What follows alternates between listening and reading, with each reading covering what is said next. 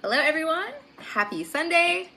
I just saw that the group is now at 500 members, so heck yes, you guys, we are growing. More people are coming in. I'm really excited. There's more engagement in the posts, so that's really cool. So post if you guys have any questions, give your insight, share whatever you want. We're here to share and become a community and really help each other become holistically pain-free.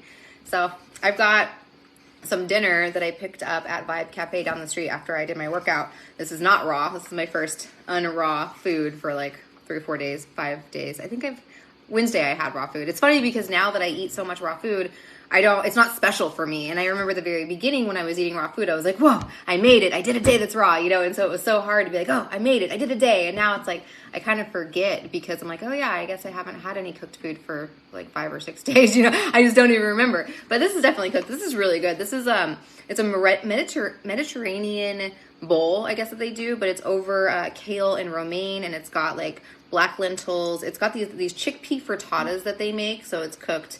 But they don't use they use avocado oil. That's the only oil they use in this place. So I'm okay with this. It actually tastes good. There's like a lemon tahini sauce that they made, and there's tomatoes, there's cucumbers, there's cabbage, there's fermented pickles. But it's pretty good. Really, like pretty healthy. It's gluten-free, plant-based, all that, pretty healthy. Very easy for me to grab.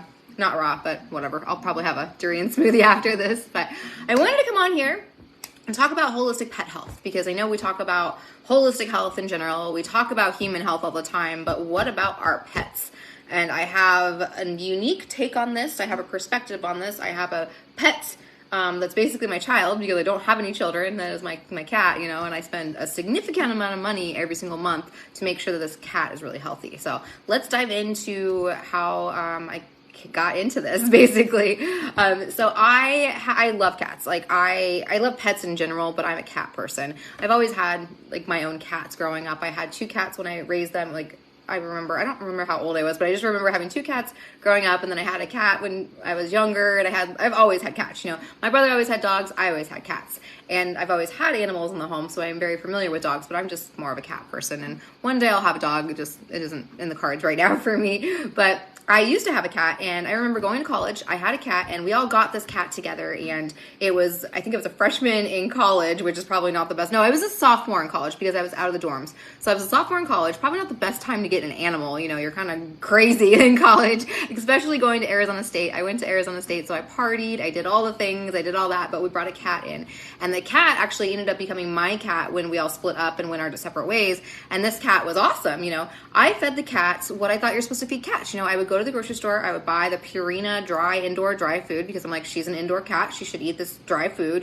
The store is selling food, that's what I should feed my cat. So I fed this cat this food, and the cat was great. I got to a point where I was moving in with friends, and I couldn't have the cat because I was going to be around a pit bull, and it just didn't happen. So I gave the cat to my parents, and my cat was overweight, very, very, very overweight, extremely overweight, even when I had her. And she would get like gnats, like matted up skin and all that. Like her hair would be all matted and stuff. So but I never really took her to the vet. I didn't have a lot of money. I was very broke when I was in college. I didn't ever take her to the vet because I was like, it's fine. It's just a pet, like whatever, So fast forward, she develops thyroid issue. She has to be on medication, and my parents have her, and she lives the rest of her life, doesn't live that long. And it's really interesting because I remember when I had cats as a kid, they lived longer. And I remember my parents had a cat that lived to about 21 years old, and not like 13, 14, you're seeing these pets die younger and younger and younger. We're seeing our pets not live as long anymore at all whatsoever. And it's really sad. So it's like, what is happening? Like what is happening in the world? Is it our pets, are they not being born and made right? Are they just falling apart because we're falling apart and we're getting diseases? Like, is that what's happening? Like, I don't know. So when I got this pet, I got a cat over COVID. So I got a cat, I gotta be careful when I say that word. I got a cat over lockdown, and I got her in April 2020, and she was awesome, but she's not very friendly. She's definitely different than my other cat. But when I got this cat, I was like, okay, what am I gonna feed this cat? And I knew I wasn't gonna feed her dry food. I didn't know the extent of how bad dry food is for the body, but I was just like, I'm not going to do that because the cat developed food. My other cat had health problems, so I'm not going to go that route. So I started researching ingredients because I read the ingredients on every single thing I put in my body. So why not understand what I'm putting in my animal's body? And I was horrified to learn like what they're putting in like Friskers and like this commercial cat food that most people's pets are eating, you know, the wet food. And I'm just like, I'm not putting that in my body. There's sunflower oil. There's literally crap, you know. Sunflower oil promotes inflammation, promotes pain. And it's like, if these foods that we're not supposed to be eating, why are our pets eating it? And I was just horrified when I really dug into the ingredients. So I was like, what do I do? Like, how do I feed my cat, you know? So I really did a lot of research and came back to it. And cats are carnivores, you guys. Cats are not meant to be vegan. Cats are not meant to eat a bunch of fruit. I mean, it's a rarity, and you call yourself lucky if you have a cat that will eat fruit, because you could probably detox that cat pretty well. But my cat won't touch fruit. My cat won't touch anything other than meat. And cats biologically are designed to process the meat. You know, they have the sharp teeth. They're canines. They can like tear and shred into the meat. They're designed to eat that. So I chose to feed my cat as close to a diet to her natural instincts, you know, that I'm blanking on the word right now, but just as natural as she can. You know, I eat fruitarian because I believe that humans are fruitarians. I believe we should be eating fruits and vegetables and nuts and seeds. That's what the body is really designed to be processing. That's how the body's designed to work. So carnivores are designed to eat meat, like the flesh, the organs, and the bones, and they actually do eat the bones. So I was really researching and diving in companies. I went back and forth with all these companies. You can find raw meat places at like farmers markets, but I went and settled on this company called Darwin's, and it's worked really well for my cat, and it's been great. Another thing I've noticed with raw feeding is that my cat, her stools, she has like a bowel movement every 2 days, and it's like tiny, and they disintegrate into powder, and you do not smell it, you guys. I don't even smell cat poop. I don't even know what cat poop smells. I mean, I know what cat poop smells like when I feed her like the commercial healthier pet food, you know, like in the cans. Like, that's not, it shouldn't be like that. You know, if your cat is having bowel movements, if any of your pets are having movements that smell like crap, like there's something going on. Like, you shouldn't be feeding something to the pet, you know? So I really dove into this because it's really interesting. Pets are, other than that they're carnivores, they're very similar to us in the fact that they're going to pick up the toxins. The EMFs are affecting the pets. So, you know, the stress in the environment is affecting the pets. Like, all these other things are affecting our pets that we don't really think about, you know? And maybe we do, but maybe we don't. And one of the things I did, I paid quite a bit of money about 2 years ago to go to a holistic wellness, a pet convention.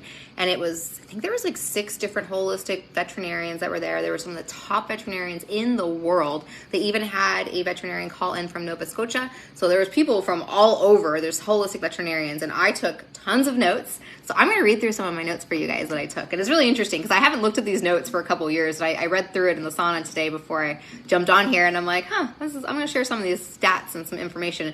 Maybe I can help you, because hopefully your pet's not dealing with pain. I mean, pets can't tell us if they're dealing with pain, and we don't, you know, we want to give our pets the best life. I believe that everybody wants the best for their pet. I don't think there's people out there that don't want their pet to have a good life. You know, like, we all want our pet to have a good life. And that means feeding them what they're biologically designed to eat, you guys. And like I said, cats are carnivores, dogs are omnivores. So dogs, they can be vegan. You can have your dog be vegan, and you can eliminate the meat if you want to, but you have to be careful that you're not putting in the fake oils and the fake food, you know. You gotta be really careful with that. But dogs will actually thrive on a little bit of meat, fruits, vegetables, because they're omnivores, you know, that they're designed to do that. Cats, not going to thrive on any sort of vegetables, not going to thrive on fruits. It's actually just kind of a waste for their body. So why are we even putting this in the body? I see a lot of food, and it's just like fake nutrient or fake vitamins, fake this, fake this. I'm like, oh my gosh. And you just got to be careful with the quality, you know, like fish oil can be really rancid. You can get really horrible quality of fish oil. So you just got to be really mindful of the ingredients and everything that you're feeding your pet. So let's get into some of my notes. So they said that there is 183 million pets in the U.S. It's probably more now that we went through COVID, because I think this was before all of that. And there is 118,000 veterinarians out there. So that means there's about 1,500 patients per veterinarian in the United States. And there's only about 1,098 holistic veterinarians in the United States. So there is a huge need, you guys, for holistic veterinarians, because there's not very many. So maybe you haven't ever heard this information before, because it's just there's not very many of them. You know, there's very few and far between to find someone that actually understands this information, because this information is very similar. A lot of the stuff I'm going to talk about right now is very similar to detox, very similar to humans, very, like, it's all very similar. I think the biggest takeaway I had when I went to this pets convention thing was they're so similar. They're so similar. Like dogs are way more similar to humans than cats, and dogs are way easier to detox than cats, but dogs can be detoxed. Dogs, if they're going through cancer, if they're going through any sort of health issues, you can actually detox the dog. You can bring in herbs. Pets can take herbs. It's a lot harder to do with a cat. I haven't had to detox my cat yet, but you can, if they have like I guess shots, you can do detoxes for that. You can bring in herbs, you can do all that. So dogs are a lot easier to kind of help and heal and tweak with a little bit. But apparently the average spend for emergency pet visits, you guys, this is crazy. It's $3,000 to $5,000. Just the average spend for just an emergency for your pet. You know, you don't know what's happening with your pet. So it's like, that's crazy. And they say 1 in 3 dogs will develop cancer in their life.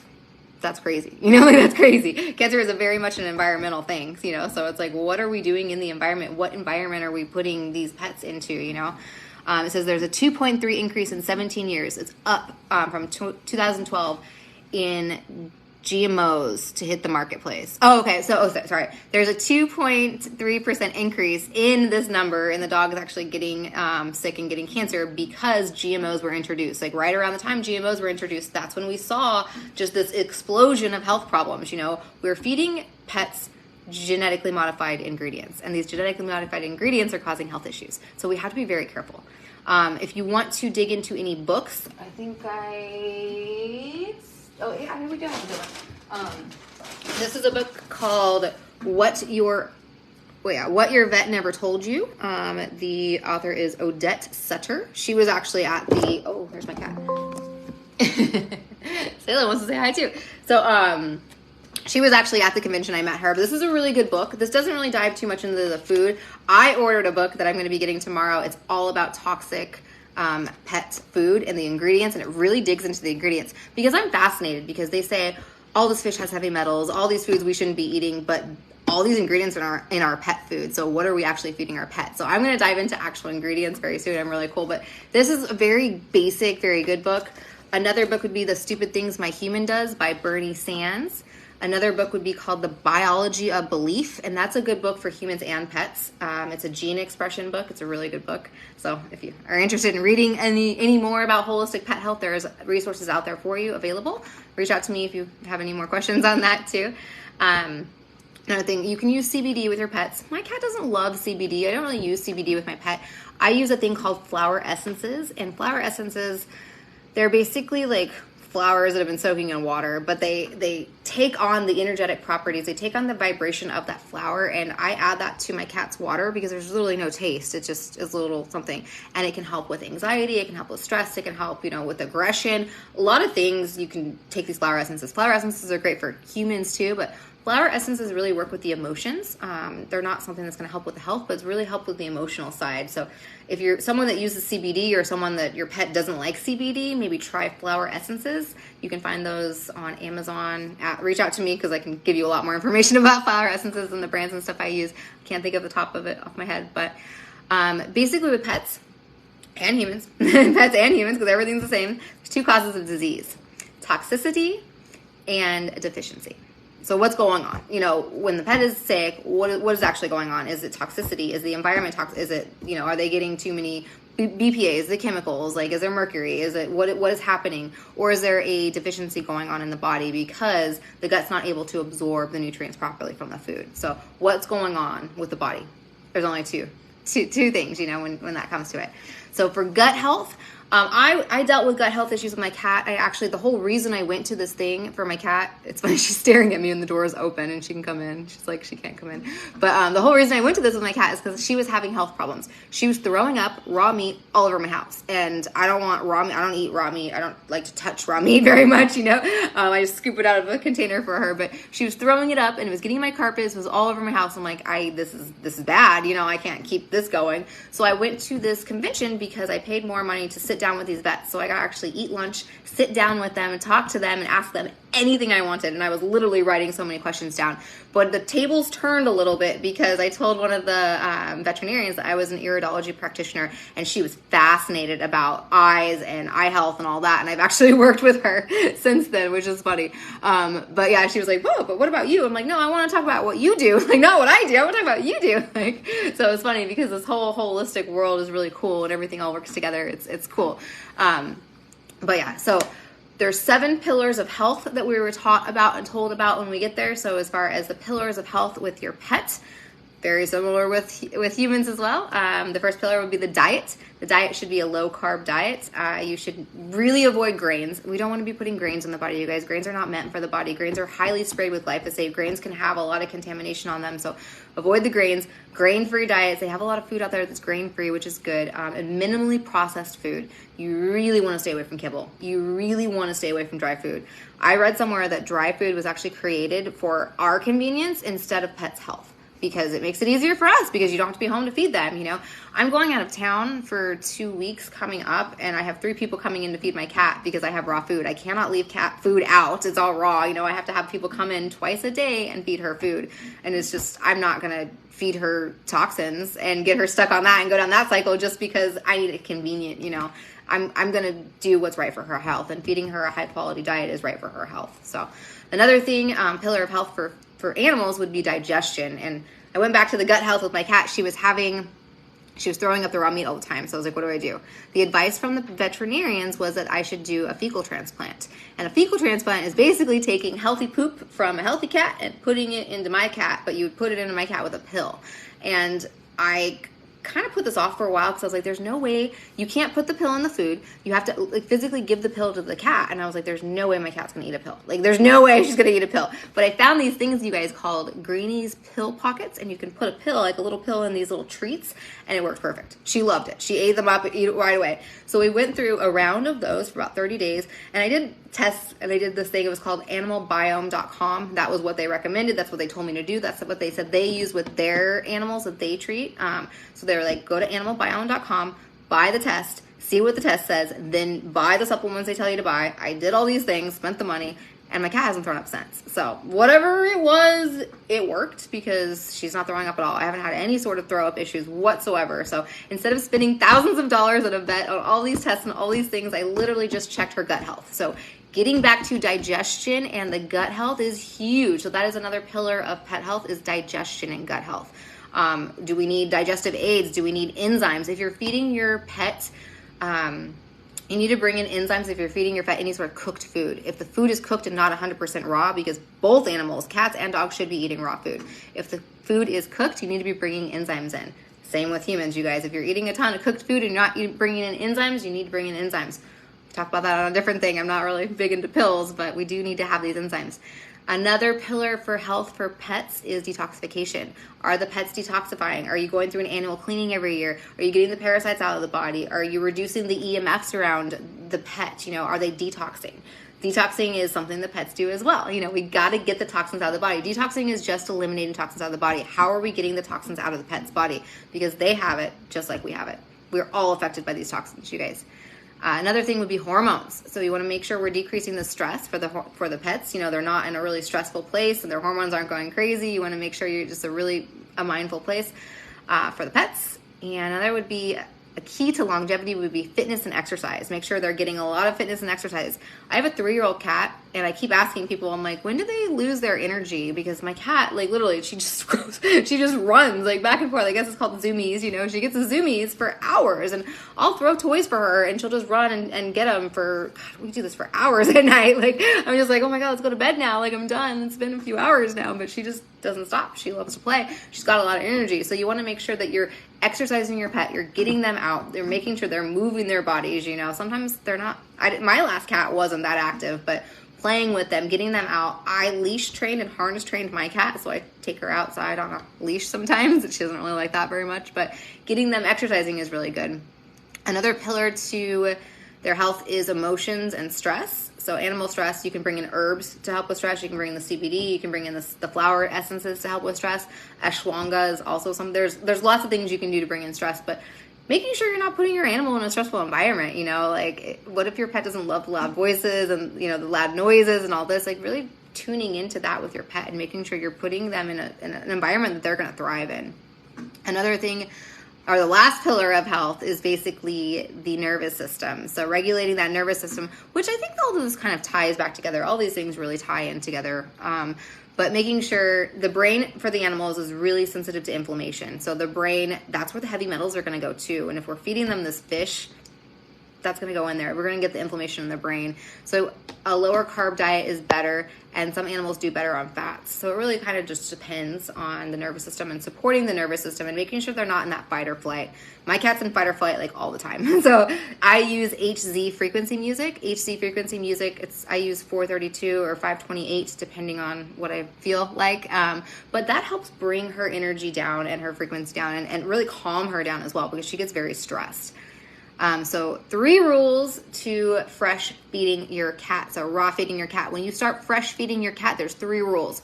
Number 1, you become a professional poop inspector.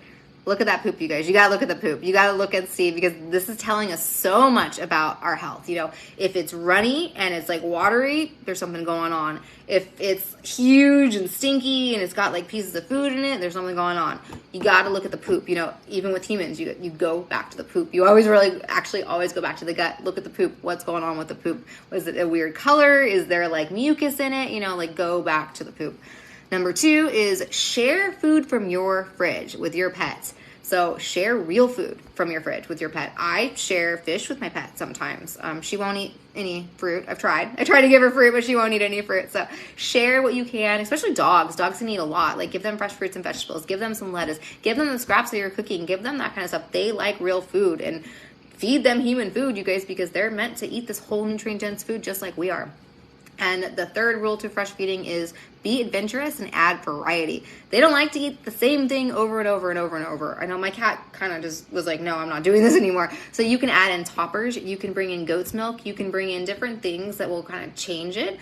You can change the protein up. You can do rabbit. You can do chicken. You can do turkey. You can do beef. There's so many different things, but give them variety. Don't give them the same food every single day and just expect that they're going to do really well with it, because our guts, just like humans, the gut is very micro-diverse. And I did the gut test on my cat and she had like 0 diversity. And there was like 1 or 2 things and that was it. And I was like, okay, that's a problem.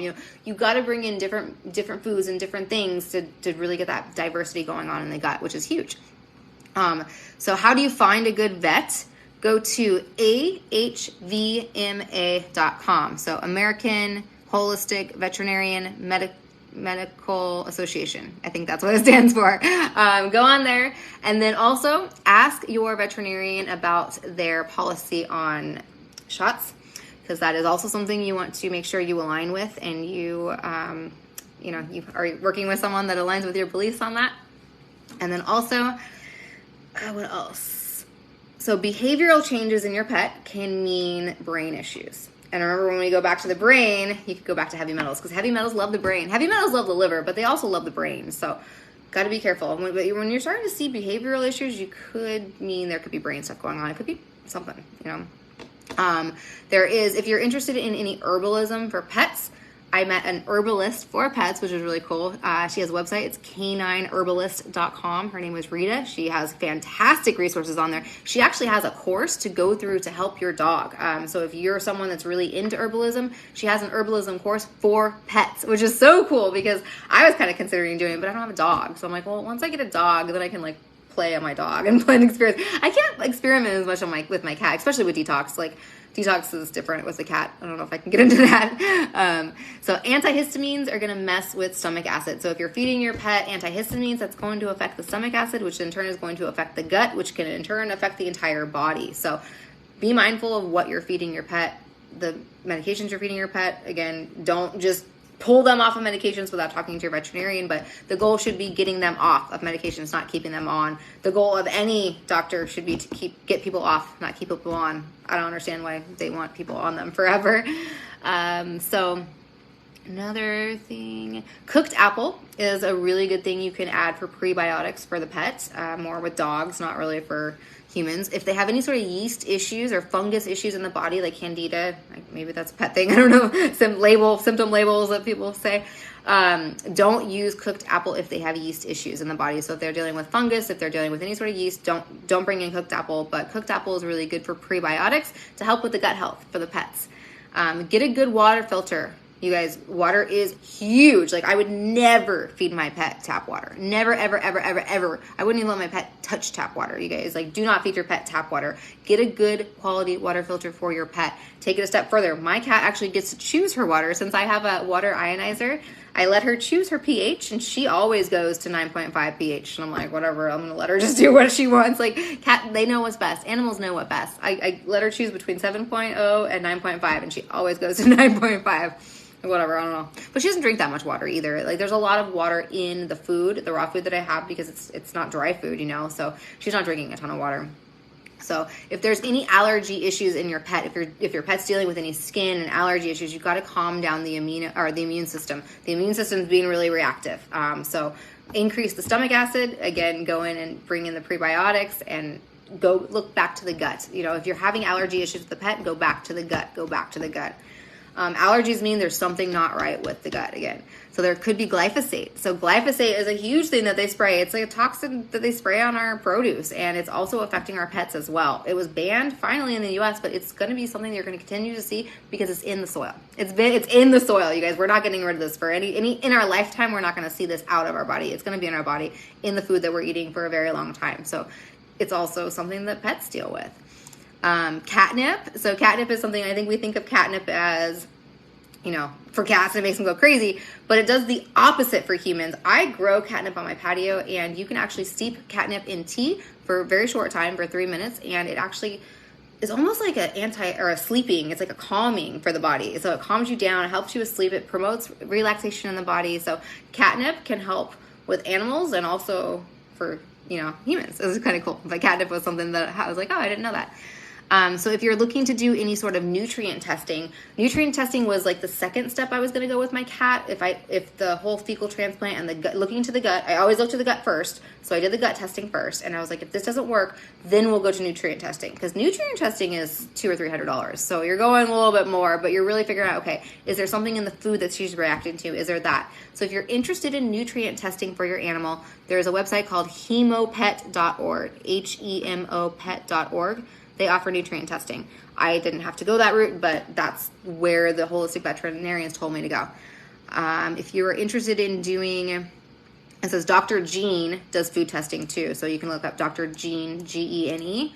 Animalbiome.com is what I did for the gut test. So if you're having issues with throwing up or any sort of issues, you can even check out animalbiome.com and go on there and see what issues your pet could be having that they can help. I liked it. I thought it helped me. What else? And then, so in regular food, there's about 4 times the amount of carbs in pet food, which is crazy. Or wait, 4 times the amount of carbs in the regular than it should be. Wait, no, okay, that's all messed up. It says in regular food, there are 4 times the amount of carbs in pet foods. I don't know. I think that's all messed up, but basically, the pet food that we're giving them is 4 times the amount of carbs that they should be eating. They shouldn't be eating. We're just feeding them way too many carbs, and carbs are just causing a lot of issues in the body, especially the grains, you guys. The grains are no good for the animal. It's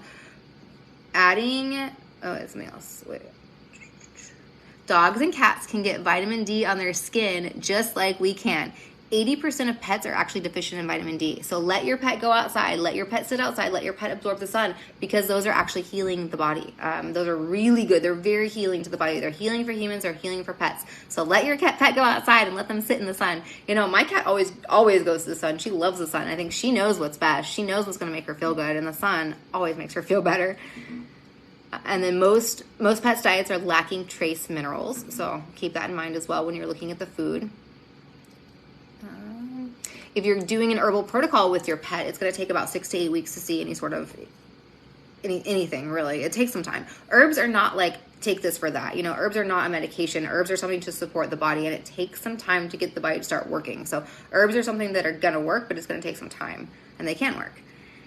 And yeah, so drjudymorgan.com is the holistic veterinarian that I posted in here in the files, but she has a pet list of all the foods that she approves and all that. So I'm going to be moving to another food because the food I was using is no longer on there anymore. It got taken off, and when we know better, we do better. So I'm changing, which I don't want to change because she likes this food. It's working and it's good, but I'm like, I also don't want to feed my cat something that's not 100% really good for her. I want to be feeding her really good food, and I'm spending quite a bit of money, so it's all the same. It's all the same amount of money too. And I'm like, if I'm going to be spending $160 a month on my pet's food, it's going to be this food. You know, it's going to be here or here. It's the same cost. So might as well be the healthier one that doesn't have the synthetic vitamins in it. So hopefully you guys learned something on this. I don't know, kind of a lot of information. I'm very passionate about this because pets are just like us, you guys. Like, they are affected by the toxins just like that. They're affected by all of, you know, the things, the food, all of the stuff. So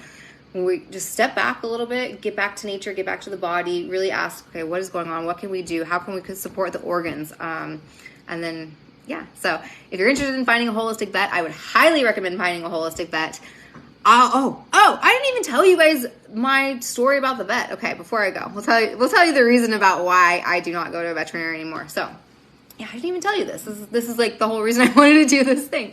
So, I was having issues with my cat. She was throwing up. I didn't really know what to do, and a lot of people were like, "You need to take her to the vet. You need to take her to the vet." And I was already kind of like, the vet isn't really going to be for me, you know. But I was like, well, she can't talk. She can't tell me things wrong with her. You know, I want to make sure everything's okay. So I took her to a regular veterinarian, and took her to this regular veterinarian. And I think one of the first questions they asked is, what do I feed her? And regular veterinarians are very against raw food.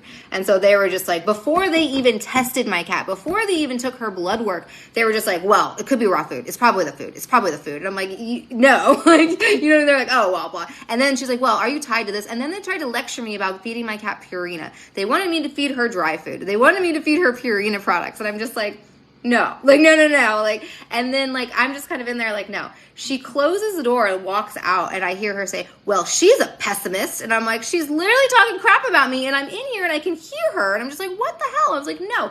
So they did, I think they did blood work on my cat, and everything was fine. She didn't have a UTI. It was actually, they ruled it as stress. They were saying that it was using the bathroom problem. It wasn't the throw up problem.